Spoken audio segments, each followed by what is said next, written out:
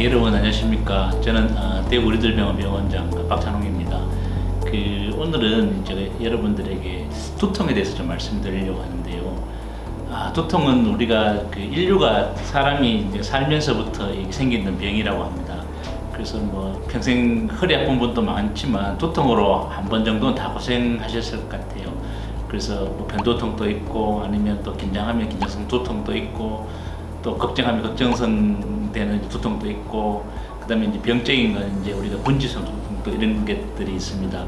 두통은 참 분류도 많고 또 원인도 많고 치료가 물론 또 잘 되기도 하지만 잘 안 되기도 하는 경우가 간혹 있습니다.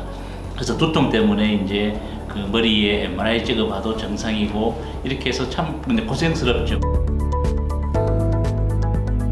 목을 조금 움직이면 두통이 생기는 경우가 있습니다. 그래서 한 2, 3년 동안 이렇게 고생하다가 뭐 주위에서 목이 아프면 두통이 생긴다 이런 이야기 듣고 저한테 진료 받으신 분도 굉장히 많습니다.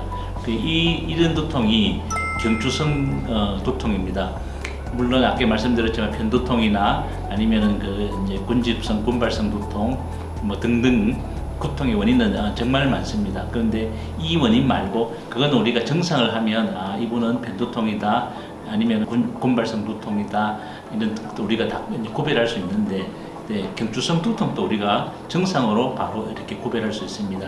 특히 이제 목이 아파서 두통이 생기는 경우가 정말 많습니다.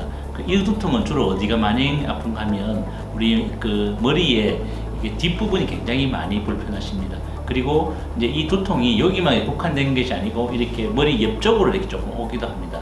옆쪽으로 오기도 하고 조금 이제 심한 경우에는 눈까지 좀 불편할 수 있습니다. 그래서 이거는 우리가 MRI 찍어보면 거의 이제 정상입니다. MRI 상에서는 뭐 디스크나 협착증 이런 게 없죠. 그런데 일자목이 있거나 약간 검은목이 있으면 이렇게 경추성 두통이 생길 확률이 굉장히 많습니다. 그래서 우리가 일단 사진 찍어보고 정상을 물어보면 이분은 이제 일반적인 우리가 편두통이나 아니면은 다른 두통이 아니고 목에서 오는 두통이다 이렇게 확진할 수 있습니다. 목에서 오는 두통은 다른 두통하고 다르게 뭐 하루 중에 이렇게 많이 생긴다든지 이게 아니고 그냥 우리한 증상이 내가 목을 움직일 때마다 이렇게 생기는 두통인데 굉장히 불편합니다. 말씀드렸지만 머리 뒤쪽에 후두통이 굉장히 심하고 눈뿌리까지 아픈 경우가 이제 간혹 있습니다. 이런 경우에 치료는 정말 쉽습니다. 우리가 목에서 나오는 신경이 있는데 일단 그 신경에 우리가 진단적으로 약물을 주입합니다. 약물을 주입해서 하루나 이틀 정도 집에서 일상생활하면서 지켜보면 통증이 거의 한 90% 이렇게 줄면 이걸 우리가 경추성 두통으로 이렇게 진단하고 거기에다가 이제 여러 가지 치료를 하게 되는데 고주파를 쏘는 방법이 아주 대표적인 방법입니다. 그래서 이거는 진단이 어렵지 치료는 정말로 쉬운 방법입니다. 그래서 경추성 두통은 언제든지 쉽게 치료할 수 있는데 이게 진단이 이제 어렵다 이렇습니다.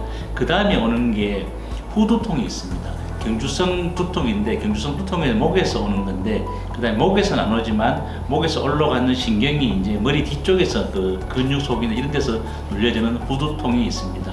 이 후두통도 이제 경추성 두통하고 비슷하기는 비슷한데 증상이 다릅니다. 그것은 이제 어깨 부위까지는 아프진 않습니다. 후두통은 경추성 두통은 양 어깨가 좀 불편할 수도 있고 반 정도는 통증이 이제 머리 뒤로 올라가지만 후두통은 말 그대로 머리 뒤쪽이 이렇게 아파지는 경우가 대부분입니다. 이것도 근본 원인은 이제 목에서 나오는 신경이 머리로 이제 올라가는데 거기에서 근육 사이가 눌려지면 후두통이 발생하게 됩니다.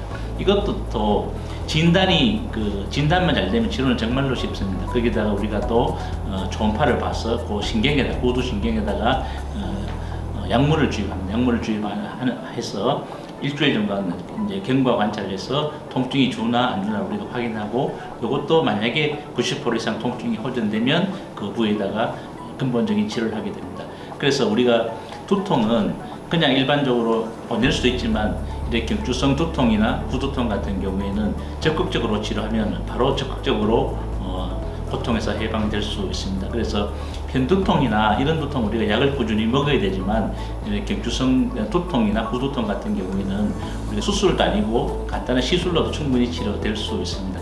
그래서 혹시나 머리 뒤쪽이 아픈 어깨가 아픈데 다른 병원에 가서 뭐 진료받으니까 머리도 괜찮다 이런 경우에 우리가 그때는 경추성 두통을 의심하고 특히 일자목인 경우에 경추성 두통이 발생할 가능성이 많습니다. 그래서 걱정하지 마시고 병원 와서 진료 잘 받으시고 적극적으로 치료하면 두통에서 해방될 수 있습니다. 네, 오늘은 경추성 두통에 대해서 말씀드렸습니다.